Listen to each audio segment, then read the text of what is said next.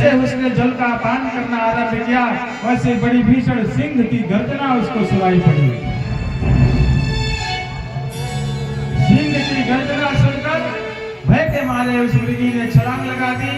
छलांग लगाते समय उसका गर्भपात हो गया। उसका गर्भ नदी में गिरकर सूर्य को अर्घ्य दे रहे राजा भरत के हाथों तक आया। उन्होंने देखा छोटा सा बच्चा है, मर जाएगा। उन्होंने बड़े स्नेह से उसे गोद में उठाया, अपनी कुटिया में ले आए और उसके साथ खेलते कूदते कब समय बीतने लगा, कब वो बड़ा होता चला गया, इन्हें भान ही नहीं रहा। भगवान की पूजा करना बंद कर दिए। उसी हिरण के बच्चे के साथ दिन रात खेलने लगे।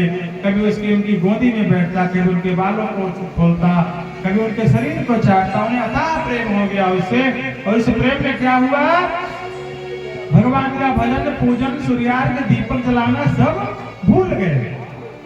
एक दिन जंगल से कुछ हिरण आए और इन हिरणों को देखकर, अपने परिवार वालों को देखकर, जो हिरण का बच्चा इन्होंने पाल कर रखा था वो अपनी जाति बिरादरी वालों के साथ चला गया।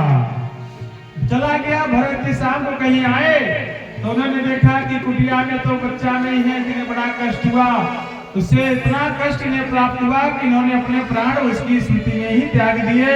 और शास्त्र कहते हैं कि अंते यामति सागति ही, मृत्यु के समय हमारे दिमाग में जो स्मृति रहेगी वैसा ही हमें अगला जन्म मिलता है। मृत्यु के समय इन्हें हिरण का ख्याल था, इसलिए इनका अगला जन्म हिरण का हुआ। लेकिन इन्हें अपना ज्ञान था कि मैं कितना बड़ा भगवान का भक्त था, कितना बड़ा पंडित था। समयानुसार इस मृत्यु लोक में जो आया है उसको जानना पड़ता है।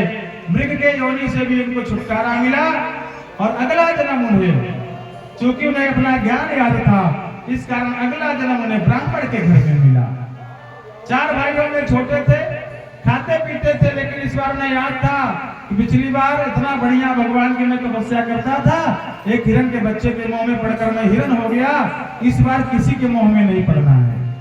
वो माता पिता भाई भाभी खेत खलिहान संपत्ति रुपया पैसा सुख दुख कोई फर्क नहीं पड़ता था उनको।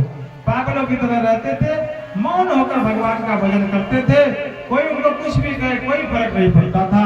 एक दिन भाभियों ने कहा कि खा के भैंसे की तरह मोटे हो रहे हो, कुछ तो किया करो। भाभियां बड़े भाग्य से अच्छी मिलती हैं। कहने के लिए है कि भाभी माँ समान होती है, लेकिन माँ समान भाभी मिल जाए तो बड़े भाग्य की बात है। ऐसी निशाचर भाभियां मिल गई उनको, तो उनको खा के मोटे हो रहे हो, जाओ खेत में। वो गेहूं का खेत, जब गेहूं की बुआई होती तो चारों तरफ मेड़ बनाते हैं ना, जाओ मेड़ बना दो। वो मेड़ बनाने गए तो पूरे खेत को ही खोद कर कुआं बना दिया, ताकि दोबारा हमसे काम न कहा जाए। मैं भगवान का भजन प्रेम से करता रहूं। कभी कभी कोई पागल बन के घूमता है ना, उसके अंदर कुछ और चलता है, तो जानबूझकर पागल बन जाता है ताकि लोग मुझसे कोई आशा न करें और मैं भगवान के भजन में मस्त रहूं।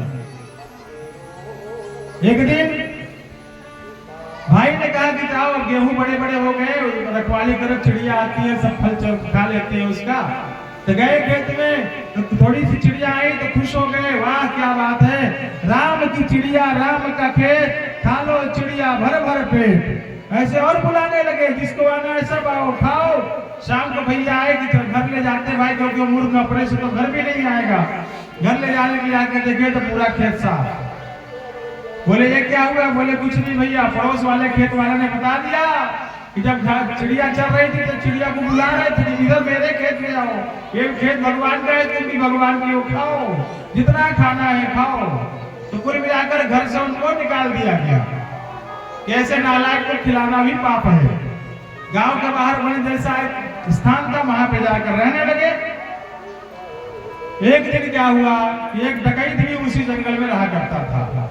उसने काली माता को मन्नत मांगी थी, उस मन्नत के स्वरूप उसको बलि देनी थी। जब बलि देने के लिए जो नरबली का नर पशु लाए थे वो भाग गया। डकैत ने अपने चेलों से कहा कि जाओ ढूंढो, जो भी मिले उसे उठा लाओ। आए थे महाराज अपने कुटिया में अलमस्त पड़े थे। आके डकैतों ने कहा चलो उठो हमारे साथ। बोले कहाँ चलना है? बोले हमारे सरदार ने बुलाया है। बोले हरी इच्छा। चल दिए। वहां आए तो सरदार ने कहा इनको खूब नहलाओ धुलाओ। पूछा क्यों? बोले तुम्हारी बलि देनी है। बोले हरी इच्छा। नहला धुलाया खिलाया पिलाया, खूब तैयार कर दिया। बोल जहाँ बलि दी जाती है वहाँ बोले सर को नीचे करो। बोले काहे भैया? बोले तुम्हारा सर काट के बलि देनी है। बोले हरी इच्छा। सर झुका दिए। काली माता ऐसे पत्थर की मूर्ति में बैठी देख रही थी, उन्हें बर्दाश्त नहीं हुआ।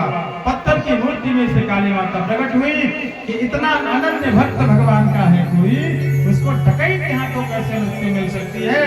मैया प्रकट होकर सारे डकैतों का माता ने वहां पे जय जय श्री हरि कर दिया। और इससे भी भरत जी को कोई फर्क नहीं पड़ा, मेरे को किसने बचाया? मर कट जाते तो भी हरी इच्छा, बच गए तो भी हरी इच्छा। और जब हम इस तरह का भाव रखते हैं ना, तो तुलसी बाबा ने लिखा है, सीमक चापे सका